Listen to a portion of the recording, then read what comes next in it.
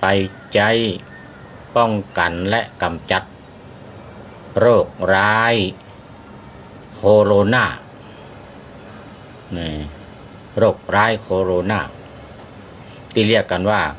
โควิด62หมายถึง2562เริ่มเกิดโควิดนี้ที่เมืองอู่ฮั่นประเทศจีนแล้วก็กระจายออกไปทั่วโลกในขณะนี้ในยุโรปทุกประเทศ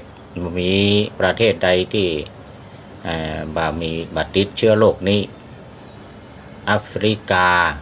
ทวีปอเมริกาทั้งอเมริกาเหนืออเมริกาใต้ทวีปออสเตรเลีย5ทวีปไปทั่วหมดเลยจากเอเชียขึ้นไปจากเอเชียเป็นต้นไปลงไปยุโรปอเมริกาแอฟริกาออสเตรเลีย5ทวีปเดี๋ยวนี้ก็กำลังระบาดหนักต่อวัน200,000ที่ติดเชื้อโรคนี้ต่อวันวันเดียวเนี่ยแต่ละวันเนี่ย200,000 ปลายรวมแล้วเดี๋ยวนี้สถิติทั่วโลกที่ติดเชื้อโรคนี้แล้ว17 ล้าน17,227,730อันนี้สถิติตะวันซืนแล้วเนอะนี่นะออกอากาศตะวันนี้ก็ต้องเปลี่ยนละอันนี้สถิติตะวันซืนวันที่1สิงหาคมแต่ว่าวันที่2วันนี้วันที่3วันนี้ทำจะขึ้นไปแถมวันละ200,000 ปลายวันละบัตรต่ำก็200,000ที่ องค์การอนามัยโลกได้ประกาศออกมาวันละบัตรต่ำกว่า200,000คือ200,000ขึ้นไป230,000 250,000อย่างเงี้ยนะต่อวันแล้วก็ที่เสียชีวิตคณะนี้รวมแล้ว681,467นี่ของตะวันซืนแล้วก็รักษาหายกำลังรักษาอยู่5,996,699แล้วก็รักษาหายไปแล้ว11,78,562กำลังรักษาอยู่ในโรงพยาบาลบางคนก็อยู่ในห้อง ICU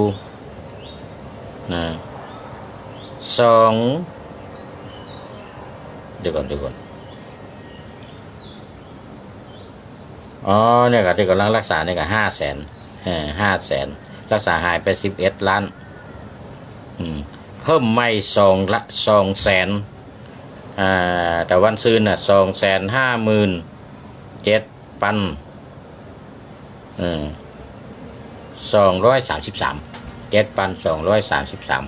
โอ้ถือว่าเป็นสถิติที่สูงแล้วก็บ่ยอมลดลงมีแต่เพิ่มขึ้นติ๊ก250,000แล้วโดนหรอ250,000แล้วแต่ว่ากับวันนี้นี่ก็น่าจะขึ้นไปทำละ260,000 270,000เสียชีวิตก็600,000 ปลายเกือบ680,000แล้ว680,000ทีนี้ในบ้านเฮายังคงตัวอยู่เหมือนเดิมบ้านเฮายังคงตัวอยู่เหมือนเดิมก็คือเพิ่มใหม่ตะวานี้ตะวานี่หมายถึงตะวันซืน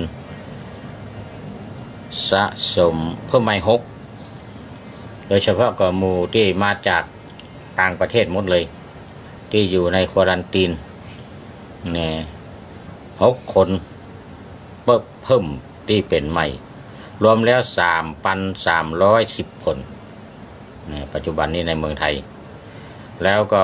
รักษาอยู่127 คนหายไปแล้ว หายนี่หมายถึงรักษาหายนะ รักษาหาย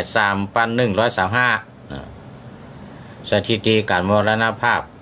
เสียชีวิตก็คือ58เหมือนเดิมนักแสดงถึงว่าในประเทศไทยเฮา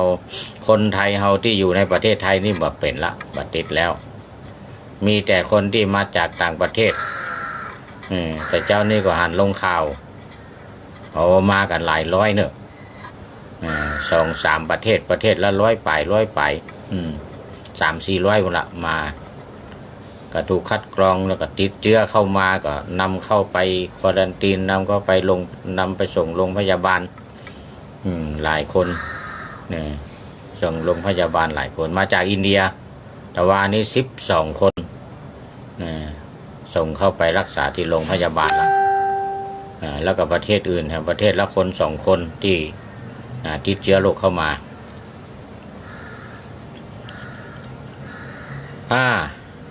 ญี่ปุ่นพุ่งพรวดวันเดียว463ตะวันซืนตะวันซืนที่มาแต่ว่านี่ยังบ่ฮู้ว่ามันเท่าใด463อินเดียนี่ความจริงอินเดียนี่มาอันดับ3บราซิลยังครองอันดับ2สหรัฐอเมริกายังครองอันดับ1ยังครองอันดับ1ก็น่าเป็นห่วงอยู่ว่าเดี๋ยวนี้มันยังมาลดลงแล้วบางประเทศก็ติดรอบ2แล้วอย่างจีนนี่ติดรอบ2ไปแล้วออสเตรเลียติดรอบ2ไปแล้วแล้วก็มีหลายประเทศอย่างสิงคโปร์นี่ก็โดนรอบ2ไปแล้วอย่างนี้นะอันที่สำคัญก็คือว่ารอบ1ยังบ่ลดเลยเนี่ยนะรอบ1ยังบ่ลดเลยอย่างอเมริกาเนี่ยรอบ1รอบแรก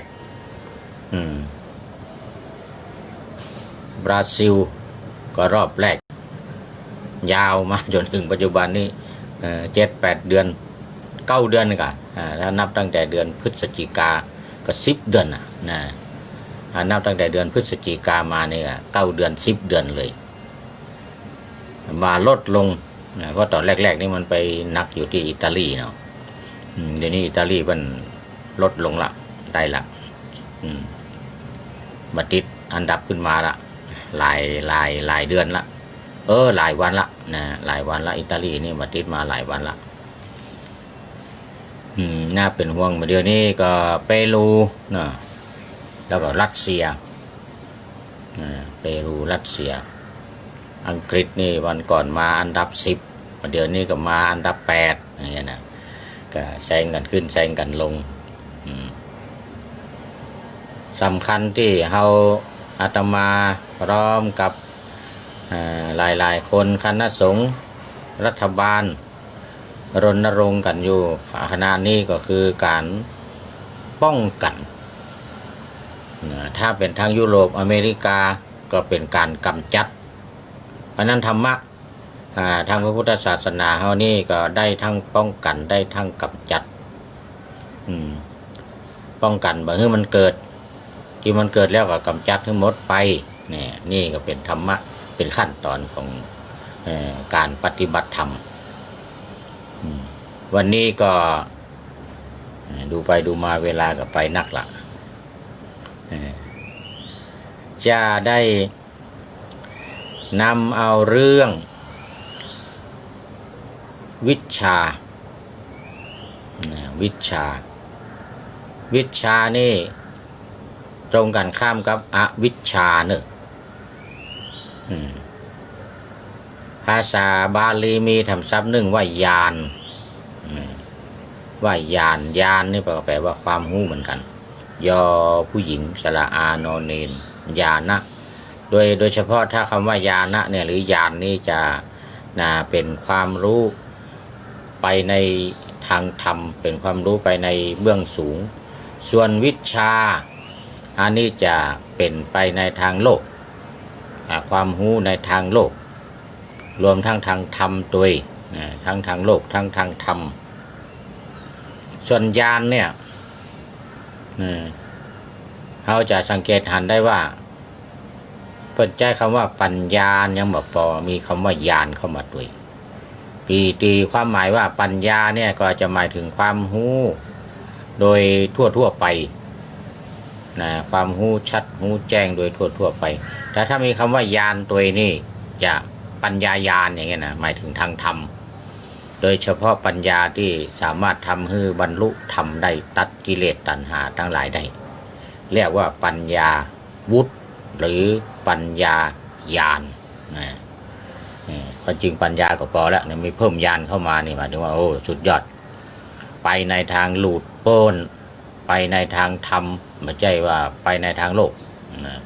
ความรู้ทางโลกทั่วไปเนี่ยอย่างเขาจะใจของคำว่าวิชาเนี่ยแหละวิชานั้นวิชานี้สาขาวิชานั้นสาขาวิชานี้อย่างเงี้ยเพราะว่าในคณะในมหาวิทยาลัยมันจะมีสาขาวิชาออกไปแยกออกไปอันนี้เรียกว่าเป็นความรู้ที่มันเป็นไปในทางโลกและทางธรรมส่วนใหญ่จะเน้นหนักไปในทางโลกเน้นหนักไปในทางโลกแต่วิชาที่จะว่าในวันนี้หมายถึงวิชาในทางธรรมวิชาสามวิชาสามหรืออาจารย์จะเรียกว่าญาณสามก็ได้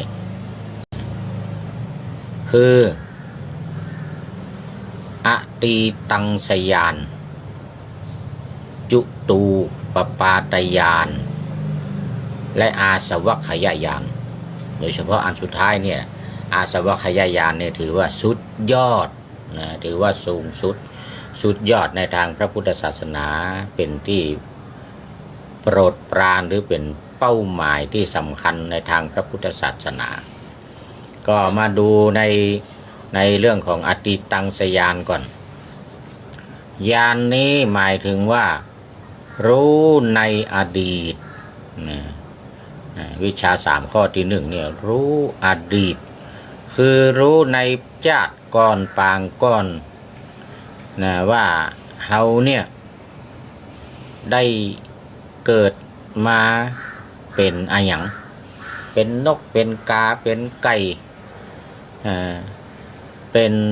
กระต่ายก็นี่เป็นจ้างเป็นม้างัวควายอย่างนี้นะเปิ้นบอกว่าพระพุทธเจ้าเนี่ยในชาติต่างๆย้อนไปในหนหลังเนี่ยตัวจะบ่น้อยไปกว่าไก่อีนะแต่มีนิทานบางเรื่องก็บอกว่าเป็นนกกระจาบโอ้นกกระจาบนี่มันตัวใหญ่เนอะแต่ว่านกจอก นกจอกมันมีนกแต่ตะแวดท่านตีหนึ่งก็เรียกว่าบ้านตังภาคเหนือเขาเรียกว่านกไถนกไถนกแต่ตะแวดนี่นะนกไถนี่มันยังไงมันจะไปอยู่ตามขี้ไถกลางต้งกลางนานะมันจะชอบไปอยู่ตามขี้ไถเป็นก้อนนะมันจึงชอบไปอยู่อย่างนั้นเขาก็จึงห้องว่านกไถก็คือมันย่อมาจากนกที่มันชอบอยู่ตามขี้ไถที่เบิ่นไถนาเนี่ยไถนามันไถไปมันจะออกเป็นก้อนวางอยู่หรอก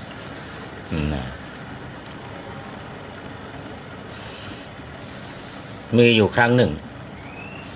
นกแต้ตะแวดเนี่ยนกแต้ตะแวดหรือนกไถเนี่ยนะเป็นพระโพธิสัตว์มาเกิดเป็นนกไถ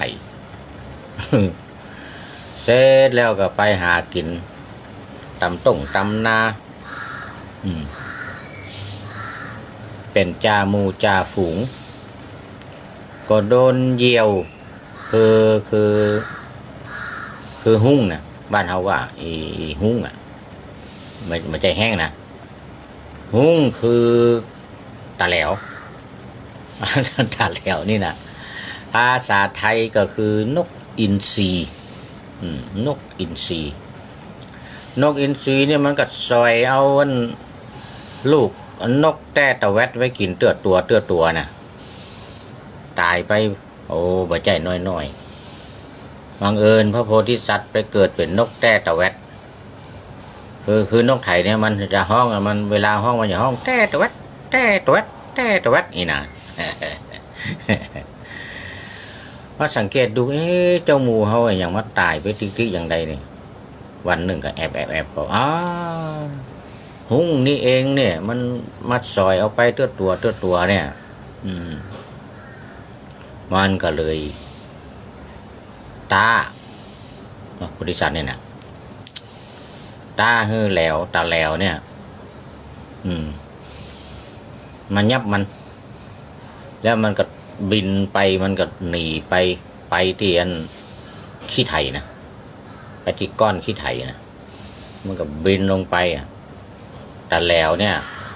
หุ้งนี่ว่านกอินทรีเนี่ยนะก้อนหันก็โผล่ลงไปล่ะโผล่ลงไปแล้วมันก็ลบน้อยเดียวมันลบเข้าก้อนขี้ไถนะ มันลบเข้าก้อนขี้ไถนี่เขาตั้งชื่อว่านกไถเนาะ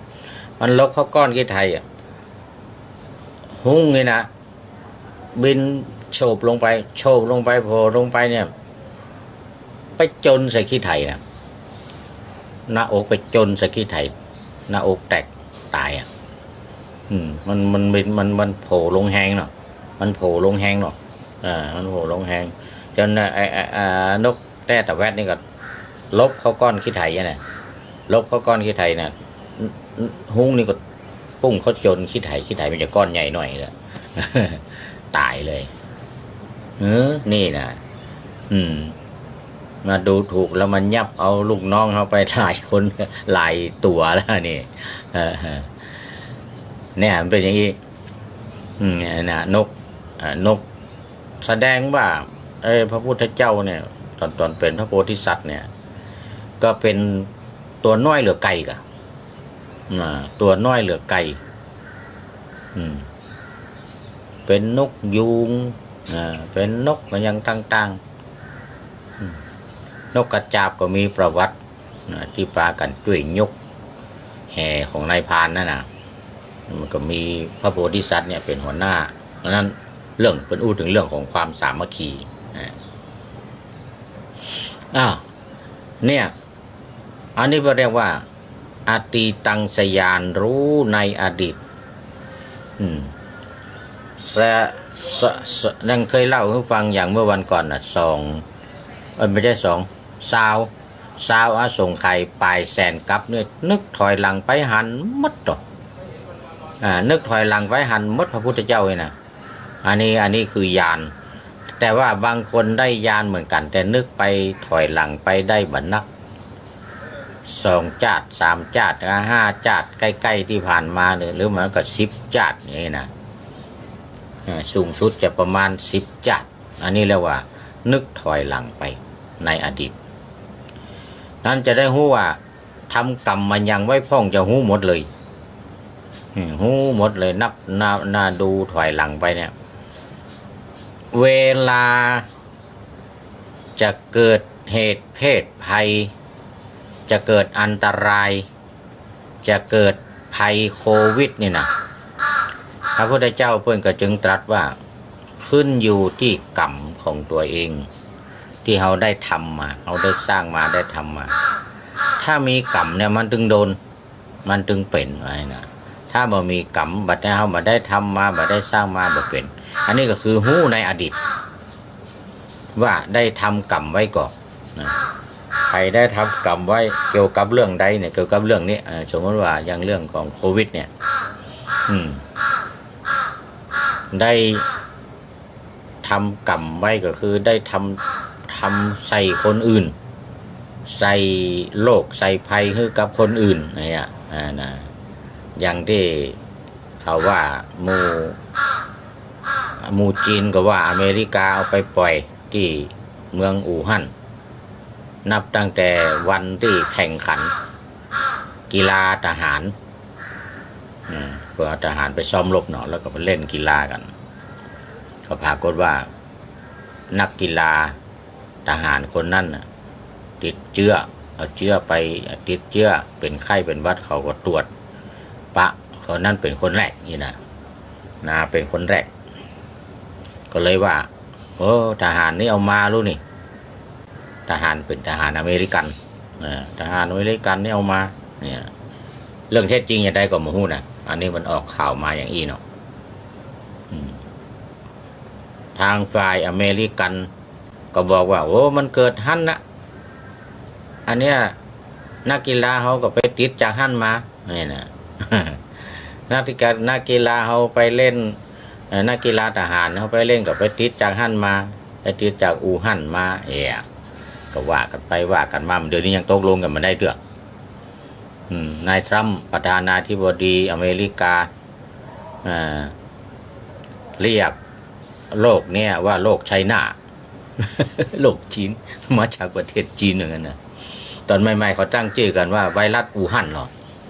ไวรัสอู่ฮั่นคราวนี้จีนมันยอมมันจะเสียชื่อเมืองเบิ้ลชื่อเมืองอู่ฮั่นว่าโอ้เป็นเมืองใหญ่เป็นเมืองเศรษฐกิจหน้าด่านเศรษฐกิจลง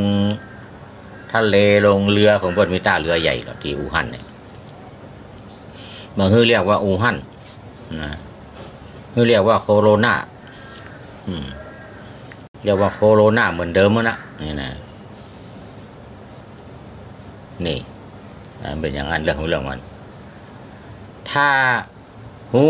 ในอดีตว่าโอ้เขาได้ทำกรรมมาด้วยมันต้องเป็นกรรมของเขามาติดไหนนะมันก็จะลดละลงทำความสบายใจลงจุตูปปาตยานข้อที่สองนั้นหูว่า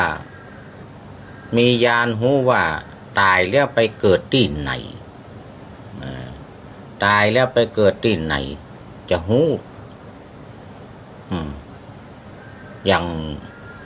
มันต้องไปเคาะหัวถ้าอย่างพระวังคีสะนะตอนเป็นฆราวาสนะตอนยังไม่ได้มาบวชอันนั้นนี่ต้องเอามือไปเคาะกะโหลกหัวกะโหลกเนี่ยก่อนจึงจะหูว่าไปเกิดที่ไหนหูว่าจิตดวงวิญญาณของคนนี้ไปเกิดที่ไหนไปต่อยกะโหลกพอ แต่พระพุทธเจ้านี่มันต้องต่อยกะโหลกมันต้องต่อยอย่างสักอย่างแต่ในญาณว่าคนนี้ตายปุ๊บไปเกิดไหนอย่างที่เป็นทายไม่ใช่ทายเป็นบอกคือพระเจ้าประสิทธิโกศลเรื่องนางมัลลิกาเราให้ฟังไปแล้วโอ้อันนี้วัดใหญ่ท่า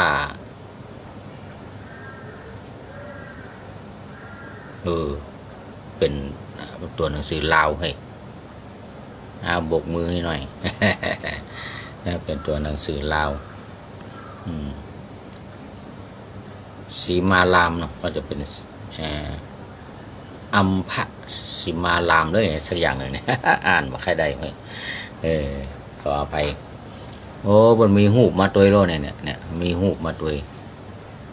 เป็นหูปประตูวัดโค้งประตูโค้งจัดงามเนอะโอ้สาธุนะหูปัจจุบันไม่ใช่หูปัจจุบันอะหูว่าไปเกิดที่ไหนก็เรียกจุตูปปาตยานเพราะฉะนั้นข้อนี้ก็จะ